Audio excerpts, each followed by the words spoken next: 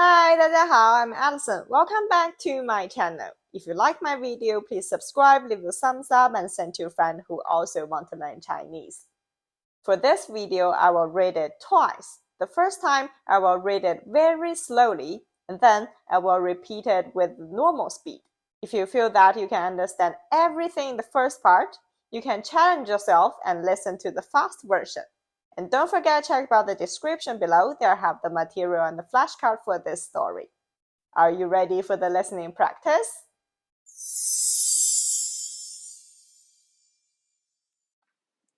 秋天到了，在北京，我最喜欢的季节就是秋天，因为天气不冷也不热，最适合出去玩。今天我不太忙，所以下午想和妈妈去北京的胡同里逛逛。胡同在北方就是小街的意思，是北京传统的生活的地方。现在还有不少的人住在胡同里，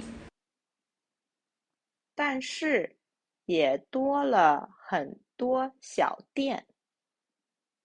很多人都喜欢去那里逛逛，体验一下老北京的生活。吃了午饭，我们就出门了。北京的胡同都在市中心，在那里不方便停车，所以我们要坐地铁去。本来我们想坐地铁直接到鼓楼大街，可是我看了地图，如果要去鼓楼大街，要换车。如果我们去雍和宫，就不用换车，可以从雍和宫一直走到鼓楼大街。所以，我和妈妈在雍和宫下了车，从这里开始逛。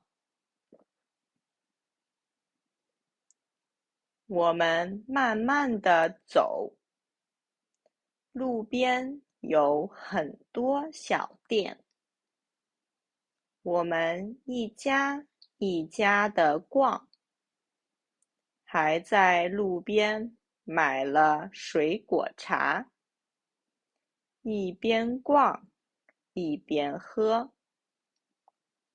我们走了1个多小时，一直走到后海。在后海，我们看到了很多卖小吃的店和小饭店。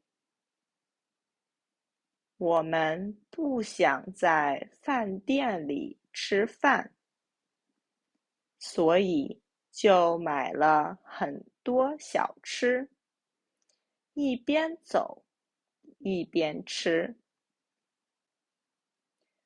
我很喜欢逛北京的胡同，但是现在在后海，很多店都是一样的。我觉得他们应该开一些不一样的店。那样会更有意思。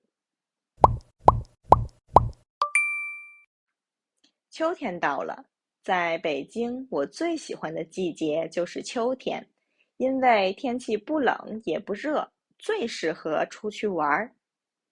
今天我不太忙，所以下午想和妈妈去北京的胡同里逛逛。胡同在北方就是小街的意思，是北京传统的生活的地方。现在还有不少的人住在胡同里，但是也多了很多小店，很多人都喜欢去那里逛逛，体验一下老北京的生活。吃了午饭，我们就出门了。北京的胡同都在市中心，在那里不方便停车，所以我们要坐地铁去。本来我们想坐地铁直接到鼓楼大街，可是我看了地图，如果要去鼓楼大街，要换车。